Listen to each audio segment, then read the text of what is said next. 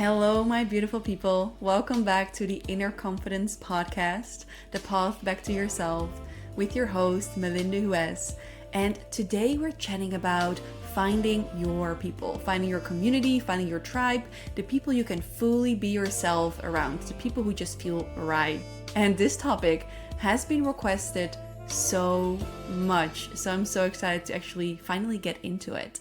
And I think one of the reasons so many of you requested it is because this year I shared a lot about my female friendships and my community. Because this year I really focused on that, on finding my kind of people. So I really went out of my way to connect with like-minded women. And the connections I actually received or created this year were incredibly deep. And whenever I share about that, I get so many responses of you asking how you can do this as well. And today it's going to be, I think, a long episode because there's a lot to it. But after this episode, you will have so much clarity to finding your people. So if you are listening today, you're likely someone who is on their journey, their healing journey, their self-development journey, or maybe their entrepreneurial journey, and you feel alone. And this isn't really that weird on this journey because whenever you go on a very specific route, there are just a lot less people to resonate with, to connect with. And these people are out there. There are actually many of them out there, but you need to know how to find them. So maybe you are being held back by beliefs that you don't know where to find these people, or you think others don't want to connect with new people, or you take it really personal because you think you're not fun or interesting enough. Whatever it is, there's likely a sense of desire to meeting new people, or there's a sense of loneliness. Wherever you are at this journey, this episode is going to bring you so much further. So in this episode, I'm going to share a little bit about my journey on finding my people because I struggled with this as well. And then I'm going to guide you through 3 steps on how to find these people finally. We're going to talk about how you're currently sabotaging yourself in finding these people. We're going to talk a little bit about the philosophy of having luck in meeting people, right? Often when we meet people, it is a coincidence and there is kind of a luck factor in there, but you can actually make use of that factor and increase it. And finally, I'm going to give you the exact steps on finding your people and that you really don't want to miss because everything comes together in that part. So let's get into it. So I was actually reflecting on this past year today. And often my goals for the new year are about setting goals for my business or success and that kind of stuff. And I was reflecting on the moments I felt most alive during this year, the moments I'm most grateful for. And the funny thing is that 95% of those moments were with other people and I wasn't working. And that is so interesting because my main focus was business. And then I realized, well, the moments I actually feel most alive, most like me, most happy is with other people. So next year, I'm actually going to double down even more on my community. And this made me realize, oh my God, community is indeed, I already knew it, but it's such a big part of your happiness, of your life. And I think if you look back at your year, maybe do that right now and analyze those moments, maybe you will also find that the moments that were most impactful in a positive way, where you felt most happy, most alive, maybe also with people. And if that is the case, this is your sign to really set that goal to connect with your people even more, the people from your past that you're still connecting with, and the people you're going to meet after this podcast. So this just shows how important community is. And I think deep inside of us, we know how important our community is. Otherwise, we wouldn't feel lonely or out of place when we lack community, right? It's a clear sign of our body that we need community. So I used to struggle with this so much. I had a fair amount of friends growing up. However, I couldn't really be myself around these people. There were a lot of people that I could just hang out with during parties or drinking or just really not deep connections. And I had a few of those, but even those people I always kept at a distance because I feared love. I feared being vulnerable. So yes, I had good friends, but was I fully letting them in? No. And that made me feel so alone because I had these people around me that loved me and I loved them, but I kept them at distance. So sometimes you actually have the right people around you, but you're just not letting them in.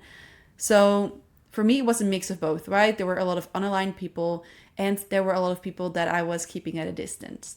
So when I started my self-discovery journey, my confidence journey, I eventually let go of a lot of people that I didn't really feel aligned with anymore. I also started drinking less, I started partying less. So the people I knew from those places, I also started seeing less and speaking to less. Eventually, I ended up with a fairly small group of friends. And I started to feel a little bit lonely because I was learning all these new things. I was on this new journey. And while I did connect with them on a lot of levels, on these new levels, I didn't connect with them. And there was this desire to make my friend group even bigger. However, because I had social anxiety, because I had low self-esteem, because I was just lacking the confidence in being myself, it was so difficult to find these people. And on top of that, where should I be finding those people? So I really struggled with that. And it took me a few years to really open myself up. And once I started being more vulnerable with my people, I actually started to feel more connected with them. I started to feel the love with them and actually grew closer to them. And while doing that, I also worked on my confidence and my social anxiety. I fully healed my social anxiety and I was finally open to meeting new people again. And that is something many people don't realize. We need to be open to meet new people. You might want to find new people, but if you're not truly open to receiving that and exploring that and meeting people at a deep level, it is really difficult for yourself. So I started doing that, and little by little, I found more people that I truly, truly, truly connected with. And right now I have a circle of, I think, 7 really close friends, and I really love them. And I'm always exploring for new friendships. I always connect with new women. I go to new communities. I go to new events, and I'm always open for connection. And I think that is the beauty of this journey. Like the moment you put yourself open, the moment you open yourself for these connections, they're much easier to find you. But we're going over all those details, I think, in the final part of today. So this was just to let you know that I get you. I have been where you're at. Maybe you already have a great group around you, but you just want more people, or you just feel really lonely. I've been in both of those places. So let's get into it. The first part of today is really about finding how you're sabotaging yourself. And the way we sabotage ourselves often starts in the mind. So the first thing that always comes up that I also see in a lot of client sessions is this fear to be ourselves. We often tend to people please to be liked, or we hold in our opinions because we might fear people disagree with them, or we just don't show our true self with our passions, our interests, our characteristic traits, and our weirdness. All because often of the fear of being rejected, the fear of people not liking us.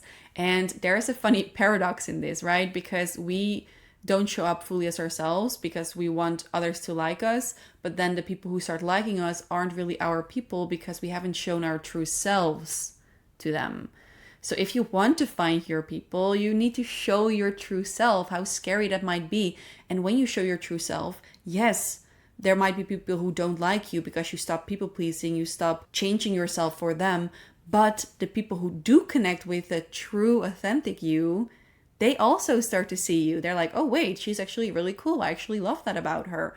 So we need to start being ourselves to find our people. And that is really the first step in this journey. So if you are hiding yourself in any way, that is you sabotaging yourself in this situation. And I do get it. When we change ourselves, it's often because of a very deep-rooted fear. And this can sometimes come back to the self-image. If we fear that people do not like us, or we are not good or fun enough, then we're going to change ourselves. And these things are all rooted in the self-image. I see them time and time again when I work with clients.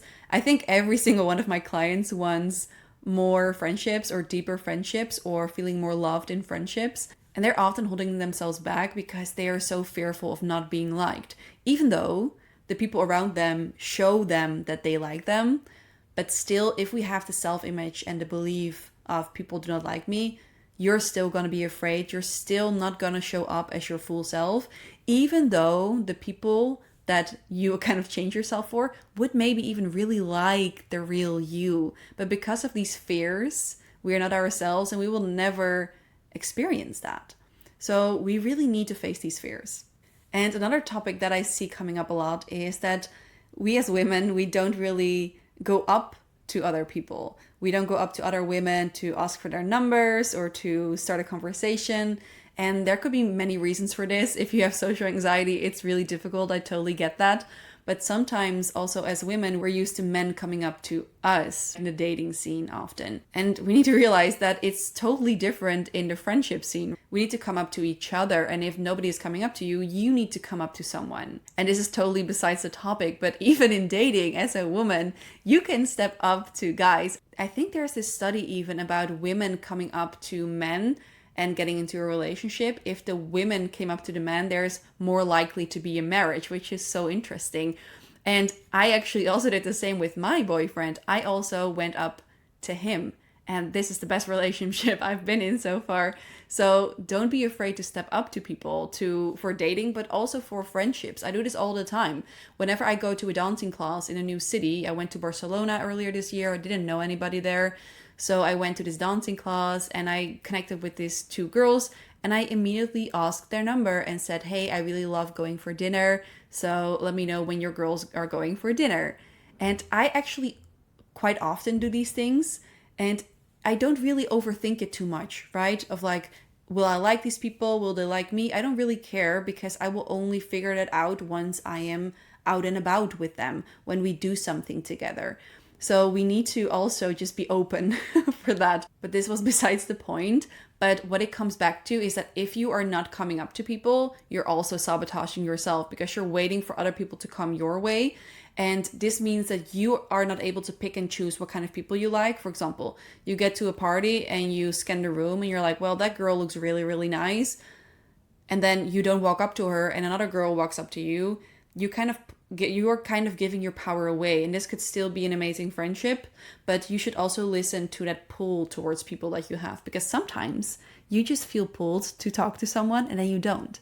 But this could be a really beautiful friendship. And I actually had this on a women's circle earlier this year. I went up there and I decided for myself, I want to exchange details with one person. So I come into this circle and there is this one woman who really catches my eye. I'm like, oh, I don't know why, but she really stands out for me. So we do the women's circle, and at the end of the women's circle, we actually can chat with each other. And I first wanted to pull a card before coming up to this lady. And all of a sudden, she rushes over to me, she sits next to me, and she starts a conversation because she had the same pull that I had. We both had the pull to talk to each other. And when we did, we connected immediately. And in a very short time, she has become a very important person in my life. And this just shows that you need to listen to that pull and you need to start conversations. And this time around, she came up to me. But after I've read that card, I was actually going to go up to her. So this also shows people are also looking for friends as well. And this is quite interesting. I had this one client a few months back and she wanted new friends as well. And one of her main beliefs that were holding her back were that she thought other people weren't looking for friends. But this couldn't be further from the truth, because the amount of women I get in my DMs who want more female friendships is insane. I hear so many people wanting more friendships, deeper friendships, different friendships.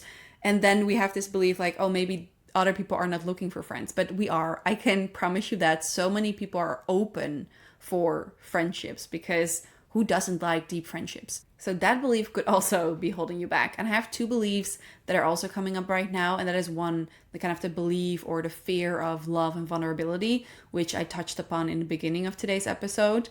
Like when we are afraid to fully let love in and to be vulnerable with others, we are sabotaging ourselves for beautiful friendships. My most beautiful friendships are the ones that are deep, are the ones that are vulnerable.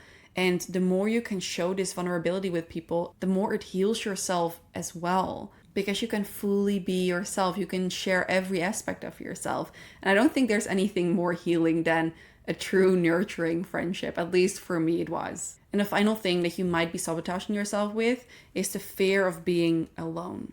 When we outgrow people and we are walking a new journey, we also need to let go of the people who don't fully align with us anymore. And I see so many people being afraid of being alone, so they stick with the people that they don't fully connect with. And that also opens up less space for new people to come in. And also, if you are being someone else with these people, you're not being your true self, it becomes really difficult to start exploring and being your real self if you always stay stuck to that identity that you have with them. So just have a think for yourself which of these things you feel you resonate most with, like how are you sabotaging yourself? And maybe something completely different comes up that I haven't chatted about, and that is totally valid as well. You know yourself best, so if you think you are sabotaging yourself in a different way, that is likely to be correct. And no worries if you are doing any of these behaviors, because awareness is the key in overcoming them. And with step 3 of today, I'm going to give you all the tools to actually overcome these things. So moving on to the second part of the 3 steps to finding your people, it's actually about helping luck with finding your people, right? Sometimes finding your people is luck or fate, but you can also influence these things. And I'm going to explain it to you. This part can be a little bit confusing because it's more of a philosophy. And this is a philosophy inspired by Charles Pepin, which is a French philosopher. I read his book, I think a few years ago, and it's my favorite book ever. It is not in English. It's called De Ontmoeting, The Meeting in Dutch. But if you're French or you can read Dutch, I think it's also in German, you can find this book. So basically this book talks about the fate of meeting people. And I want you to think back about all the important people in your life right now. So the people you love most, or the people who had the biggest positive influence on your life. And they can be currently in your life or they can be out of your life. It doesn't really matter. It just matters how you feel about them. And I want you to think about how you met these people. Really think about it. What was the moment you met them, and what was the moment you truly connected with them? Because sometimes you can meet a person, maybe you're going to, maybe you're studying with them, and the first year you don't connect with them, and in the second year you do, right? So what was the moment you connected with them? What kind of decision did you make that day? What kind of thing did you do?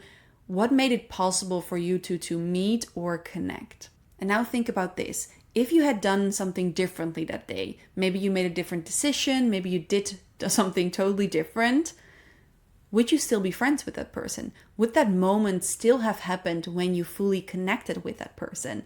And this makes it so interesting because friendships are built upon this tiny decision that you made, if you really think about it. So if you don't fully understand this, I'm going to give you a bunch of examples from my own life to help you understand this better.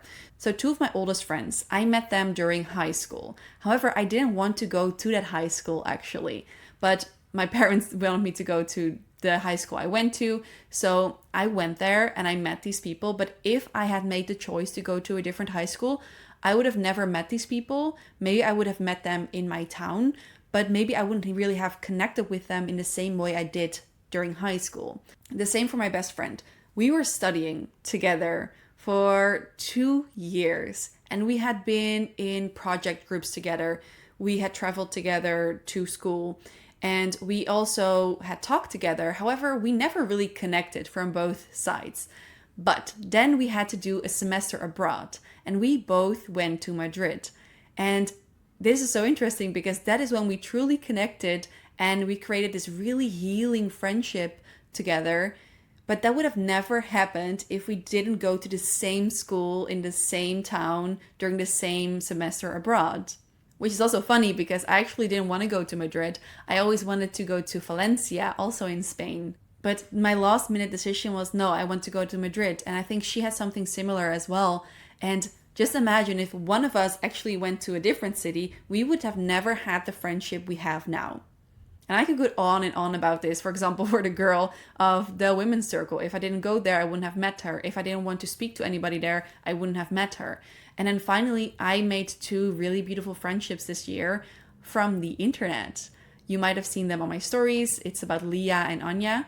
And I love these girls. But if I had decided or I had not decided to start posting on social media 4 years ago, I would have not met those people. And so you can trace back which decision and sometimes more decisions led up to you getting this friendship. And this makes you realize how incredibly special it is to have these people in your life and how grateful you can be for the people in your life.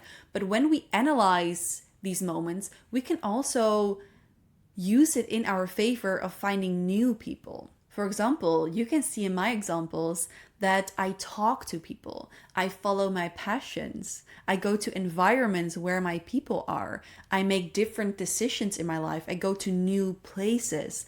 And often when we meet new people, it happens in one of those situations. So when we realize, oh, I actually meet people when I make a change in my life, or when I go to a new gym, or I go to an event alone, or travel with a group of strangers.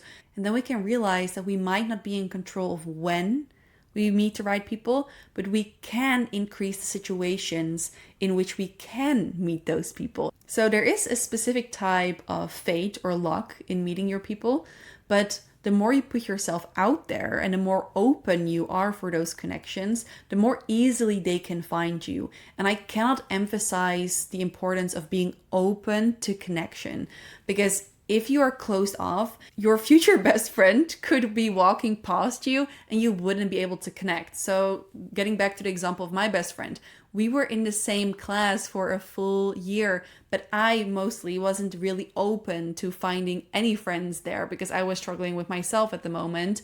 And that led me to walking past my future best friend all the time, not knowing what kind of relationship we could have because I was closed off. So I hope you see with this story that you can put luck into your favor. You can use it into your favor. And you need to be open. You need to put yourself out there so you can find your people. Because sometimes it can feel like a long journey, but the moment you have your people, nothing else matters anymore. You feel so good. I can tell you that.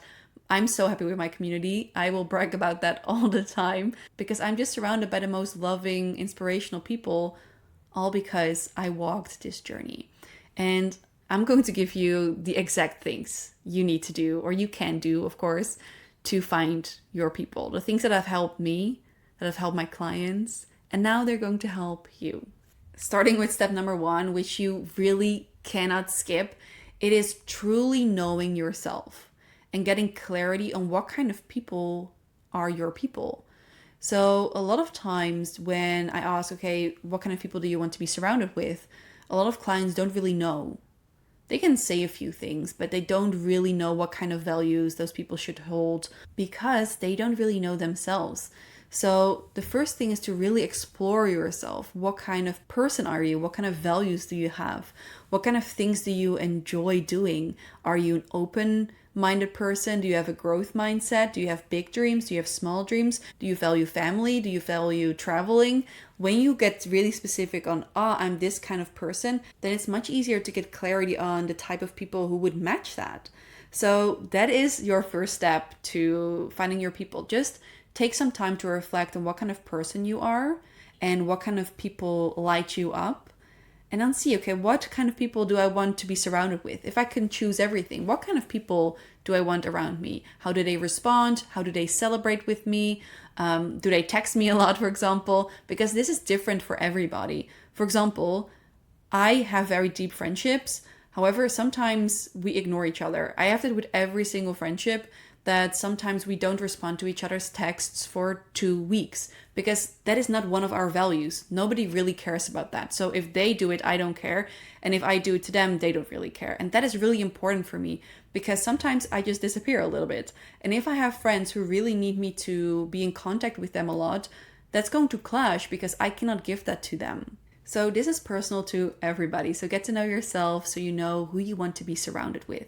And when you know who you want to be surrounded with, become that person. For example, if you want to be surrounded by ambitious people, okay, it would make sense that you would also need to be a little bit ambitious to connect with them. Or you want to connect with spiritual people, okay, maybe you should also practice your spirituality a little bit.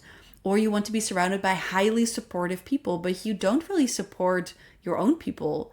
Well, become that person, become supportive. And here's the interesting thing when you do this, when you become the friend you actually want to be friends with, the current people that you have around you can also start to change in favor of that. For example, if you are surrounded by people who are not supportive and that triggers you and you want people actually that are supportive, but you are not really showing your current circle support, if you become that person and you just start showing your circle support, there might be a few people who would catch on to that and would like that and maybe start doing it back to you.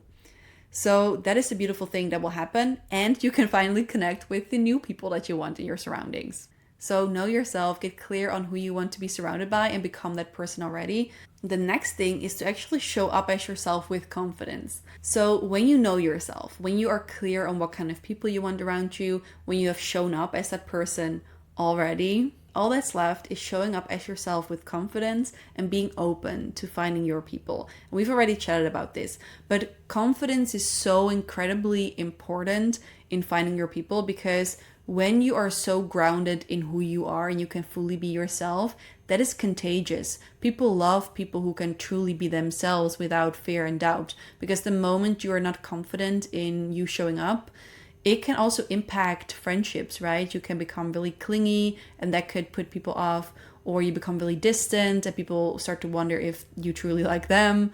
And that could all be because you're just not really confident in yourself. So be confident in yourself and be open to finding those connections. And some other things that you can apply to finding your people, these are more practical, but it is to go to places where your people are. And make it a practice to connect with at least one or two people, exchange context, have a chat with them, maybe schedule a coffee, and really go to those places. For example, if you want to meet more spiritual women, go to women's circles. If you want people who love parties, go to a festival. Or if you want more ambitious women, you can find them online or any networking events. Go to these environments. And the funny thing as well is when you just follow your passions, this is the final thing I want to say about this.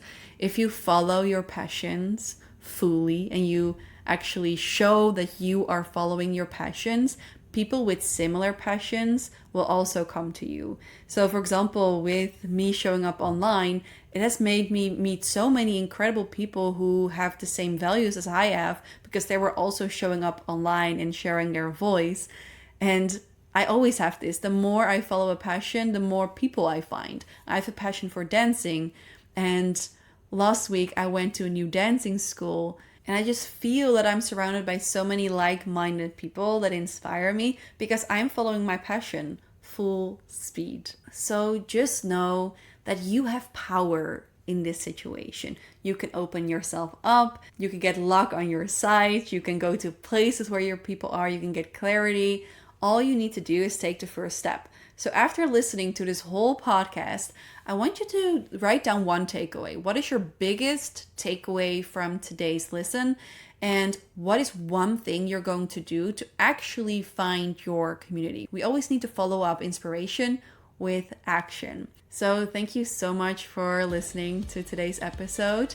If you love this episode, it would mean the world to me if you give it a good review and if you share it with your friends or on social media. Don't forget to tag me because I would love to reshare it. But for now, thank you so much for being here. I hope you loved it as much as I loved recording this. I can't wait to see you at the next one. And as always, with much love, Melinda.